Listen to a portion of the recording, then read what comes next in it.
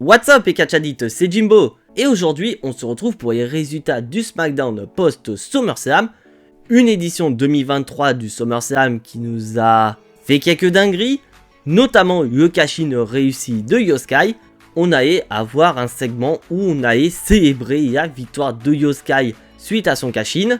Et par la même occasion, célébrer les 1 an de Damage Control à la WWE.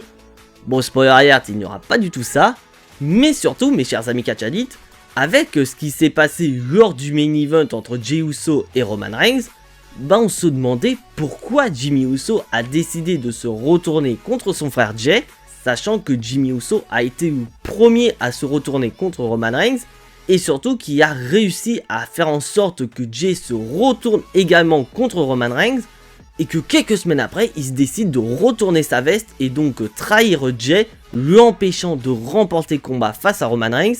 Donc on était tous impatients de connaître les raisons de cette trahison. Bon, après on avait cette fameuse théorie de la jalousie de Jimmy qui n'apprécie pas que quand il est pas là, c'est son frère Jey qui est mis en avant.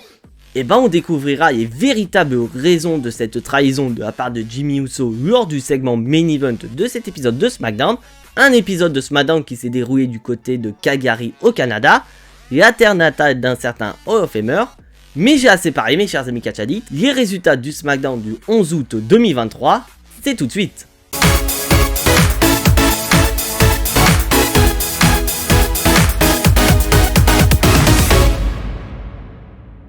Et pour commencer cet épisode de SmackDown, mes chers amis catch addicts, on va commencer par un match qui va opposer Asuka et Charlotte Flair. On spoiler rien, mes chers amis catch addicts, le match ne va pas durer longtemps entre Charlotte Flair et Asuka, mais on aura quand même droit à un très bon combat entre les deux catcheuses. Bon, après c'était pas étonnant parce qu'on a déjà eu des matchs entre Charlotte Flair et Asuka dans le passé, et à chaque fois nous avions droit à de très bons combats entre les deux catcheuses. Mais au bout de quelques minutes de combat, on va avoir la musique de la nouvelle championne de la WWE, Io Sky, qui va retentir.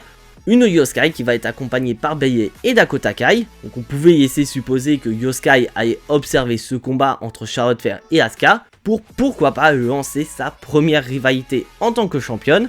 Et spoiler alert mes chers amis catch addicts, ce n'est pas du tout le cas. Car au bout de quelques minutes de combat, Io Sky va décider d'intervenir, ce qui va donc causer une disqualification. Et comme si ça suffisait pas, avec l'aide de Bayley, Io Sky va s'en prendre à Charlotte Flair et à Asuka pour envoyer un message plus que clair, c'est elle la nouvelle championne, c'est elle qui va dominer le show bleu. Et pour ceux qui posent la question, mes chers amis catch addicts, non, Dakota Kai est certes présente, mais elle n'est pas apte à catcher, donc un opener de SmackDown que je trouve assez moyen. Backstage, on va retrouver Kaya Braxton qui va interviewer Santos Escobar, un Santos Escobar qui, ce soir dans le main event de SmackDown, va affronter Austin Theory pour le titre de champion des États-Unis. Un Santos Escobar assez confiant pour son match de championnat.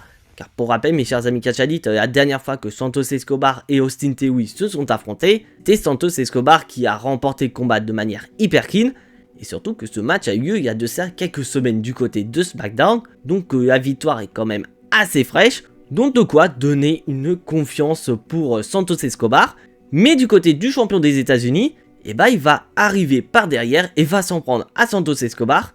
Et pour avoir un avantage certain face à Santos Escobar, Austin Theory va s'en prendre à sa jambe gauche. Donc tu sens que Austin Theory craint Santos Escobar et qui veut vraiment se donner tous les moyens pour remporter le combat et ainsi conserver son titre de champion des États-Unis. Mais du côté de Santos Escobar, c'est mal parti.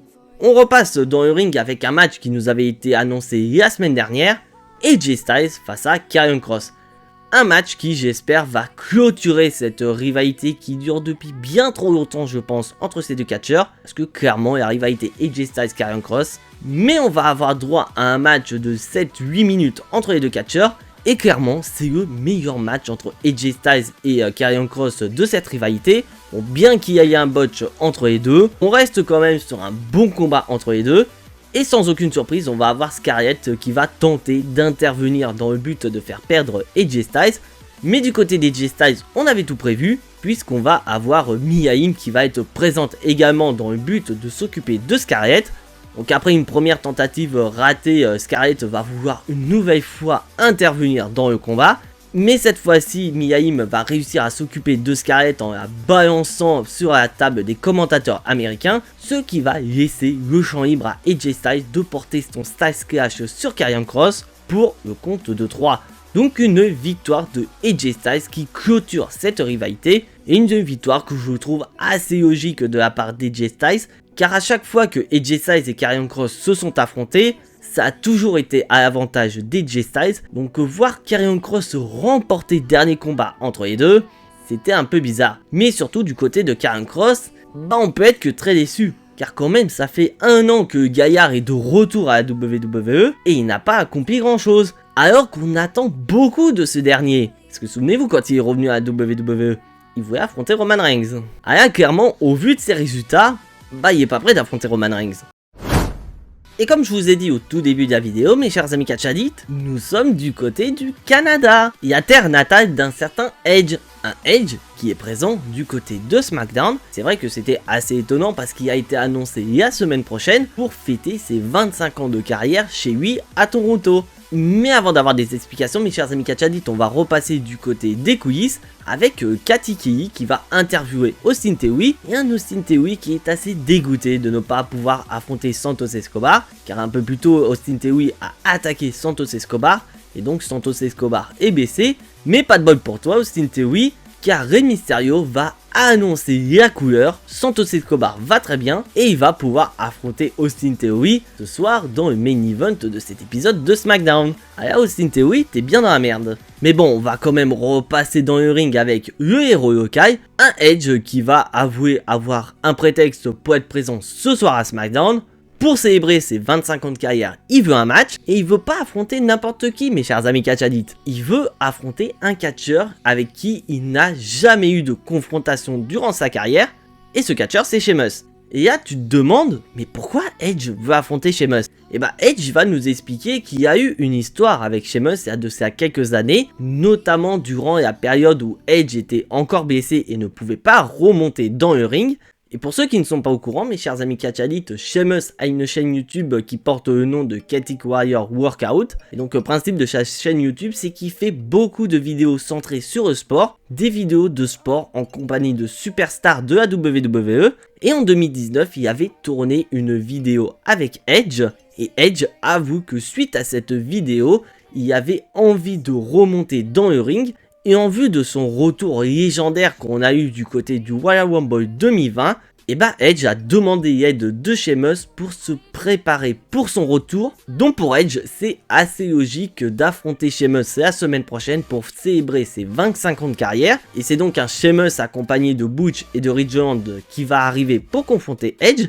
Et comme je l'ai dit, Sheamus a une chaîne YouTube et il a tourné avec Edge. Donc on va avoir un moment assez rigolo avec Sheamus qui va montrer des extraits de cette fameuse vidéo avec Edge. Où tu vois Edge qui va se casser la gueule et va avoir quelques hématomes, notamment au niveau des fesses. Donc Edge il va rigoler mais il va également répondre à Sheamus en dévoilant une photo qui avait été prise à ce moment-là, où tu vois Sheamus sur le VO d'une des filles de Edge. Donc vraiment on était sur une séquence assez rigolo, et Sheamus à son tour va nous raconter une anecdote qui va concerner Edge en disant qu'en 2004 quand il était videur de nuit du côté de Dublin, la WWE était en tournée et que la plupart des superstars l'ont totalement ignoré, sauf une personne. Et comme vous vous en doutez mes chers amis catchadites, cette personne c'était Edge, et que suite à une conversation entre Sheamus et Edge, Sheamus a trouvé sa voie, et sa voie c'était de devenir catcheur. Donc en gros pour Sheamus, s'il n'avait pas cette conversation avec Edge en 2004, il ne serait jamais devenu le catcheur qui est. Donc pour lui c'est assez logique. Donc c'est sans aucune surprise que Sheamus va accepter le challenge de Edge, et c'est donc officiel mes chers amis catchadites. La semaine prochaine du côté de SmackDown, on aura un match entre Edge et Sheamus dans le but de célébrer les 25 ans de carrière de Edge.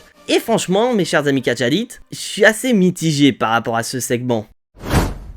Et après cette annonce de match opposant Sheamus à Edge la semaine prochaine, il est temps de retrouver EA Knight, yeah! Un EA Knight après avoir remporté la bataille royale du côté de SummerSlam ou encore avoir confronté The Miz du côté de Raw, et bah EA Knight est présent du côté de SmackDown pour affronter un certain Top Dollar. Bon après j'ai pas grand chose à dire sur ce combat, victoire de EA Knight, car bien que les membres de Hitro ont tenté de mettre des bâtons dans les roues de EA Knight, vous croyez sincèrement que EA Knight allait perdre face à Top Dollar? Personnellement ça aurait été une idée plus que conne de faire perdre EA Knight, sachant que EA Knight est ultra over en ce moment, surtout depuis qu'il a remporté la bataille royale de SummerSlam, ou encore ce qui s'est passé du côté de WoW, où on voit très bien qu'on va avoir une rivalité entre The Miz et EA Knight. Je pense que ça aurait été débile de faire perdre EA Knight là à SmackDown, mais après le combat, EA Knight va prendre le micro, et clairement, dès que EA Knight va prendre le micro, tout le public de Calgary va être en ébullition devant EA Knight, et un EA Knight qui annonce la couleur. Le projet EA Knight est officiellement lancé. Donc en soi, voir EA Knight à WoW et à SmackDown pour le moment ne me dérange absolument pas, mais j'espère qu'on n'aura pas ça pendant trop longtemps, parce qu'on risque malheureusement d'être en overdose de EA Knight. Ok, c'est bien WWE de nous montrer que vous avez eu le projet EA Knight qui est lancé, mais n'abusez pas trop quand même. Et après cette page EA Knight, mes chers amis Catchadit, on va repasser du côté des coulisses, et plus précisément du côté de l'infirmerie avec Rey Mysterio et Santos Escobar. Un Santos Escobar qui, pour rappel, a été attaqué par Austin Theory au tout début de cet épisode de SmackDown. Et on va avoir Adam Pearce qui va y rejoindre, et un Adam Pearce qui va à la pêche aux informations pour savoir si Santos Escobar va bien et qui est donc apte à catcher ce soir face à Austin Theory. Comme vous vous en doutez mes chers amis Catchadit, Santos Escobar va dire qu'il est apte à catcher. Donc le main event est maintenu. Et on continue du côté des coulisses avec un certain Bobby Lashley. Un Bobby Lashley qui va être aux côtés des Street Profits. Et pour rappel mes chers amis Catchadit, la semaine dernière à SmackDown, on a pu voir Angelo Dawkins et Montez Ford habillés en costume qui s'en sont pris à The OC et au Brawling Brutes. Donc clairement la semaine dernière on a assisté au e-turn des Street Profits et un Bobby Lashley qui va dire à Angelo Dawkins et Montez Ford que quand il voit du talent en eux. Et clairement on sent que Bobby Lashley a un énorme projet avec les Street Profits. Et tu sens qu'avec les Street Profits, Bobby Lashley a un projet. Et ce projet, il est tout simple, il veut dominer SmackDown. Donc clairement, on assiste à la naissance d'un nouveau clan du côté du show bleu. Et un nouveau clan qui pourrait très bien s'agrandir avec l'ajout de Carmelo Hayes, le champion NXT, ou encore Trick Williams. Clairement, je suis curieux de voir la suite des événements entre Bobby Lashley et les Street Profits.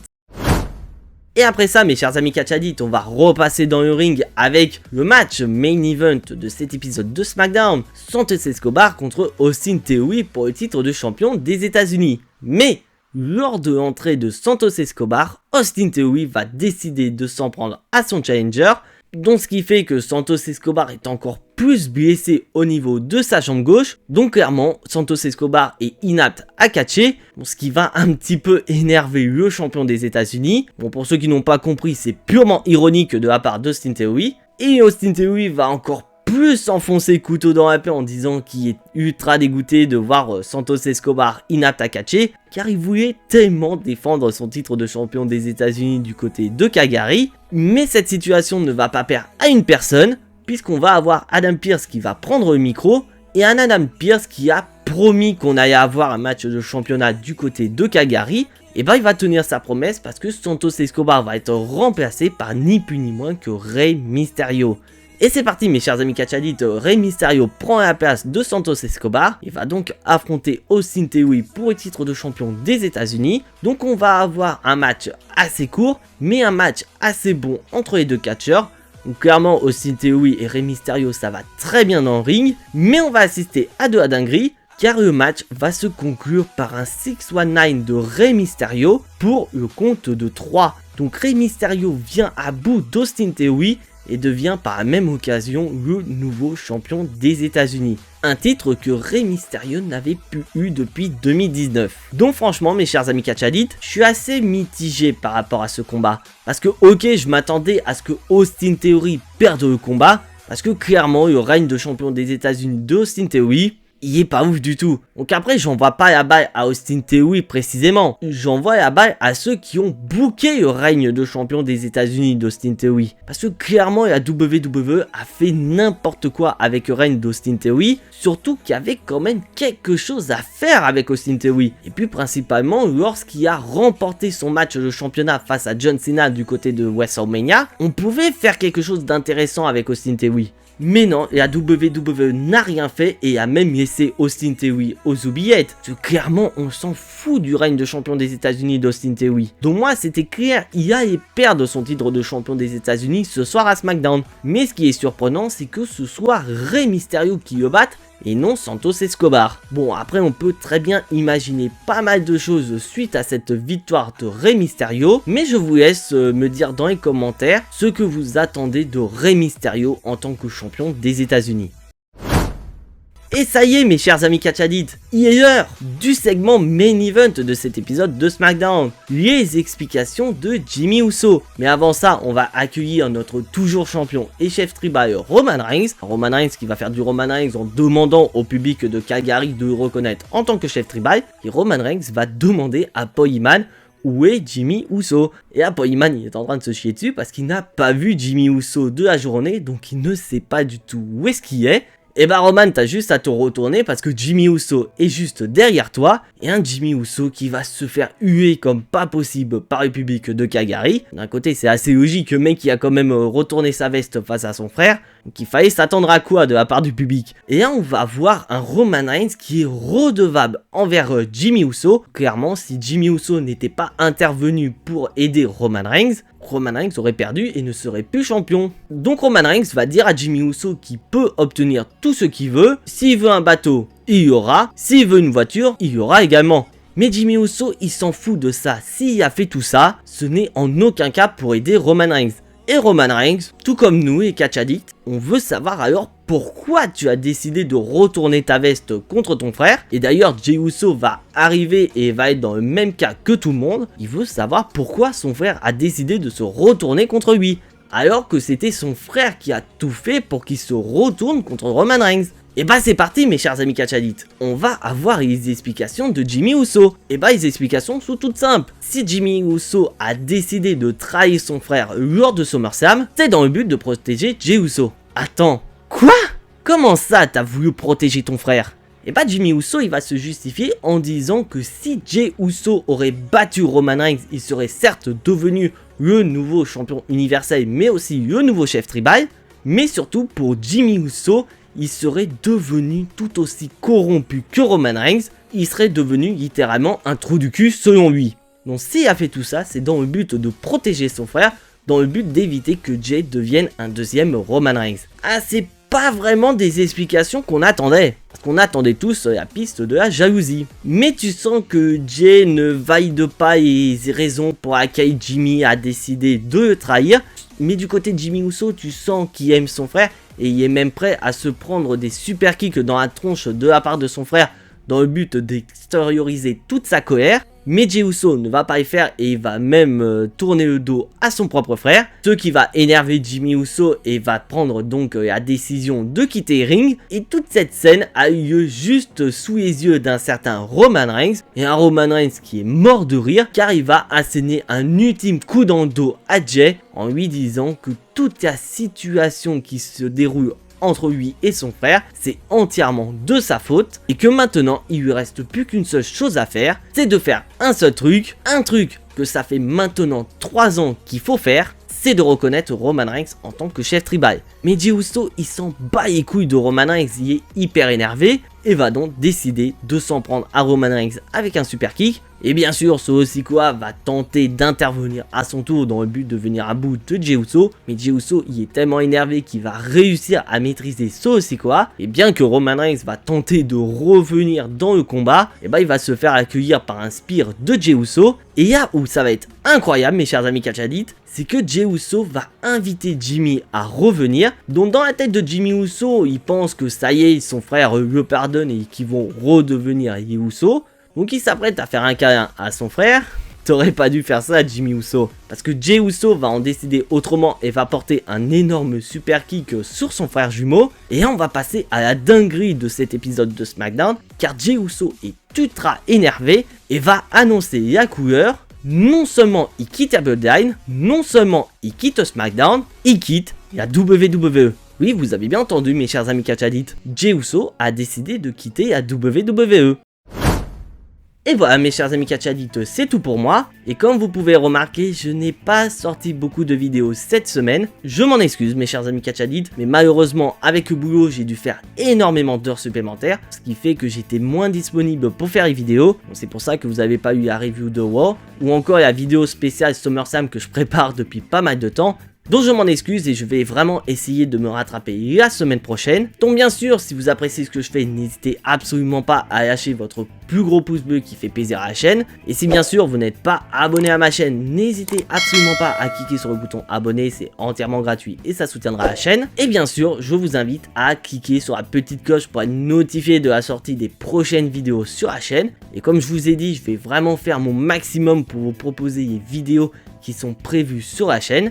Et donc en parlant de vidéos, mes chers amis catch addicts, je vous donne rendez-vous mardi pour les résultats du prochain épisode de Raw. Mais en attendant, soyez tous très fiers d'être des catch addicts.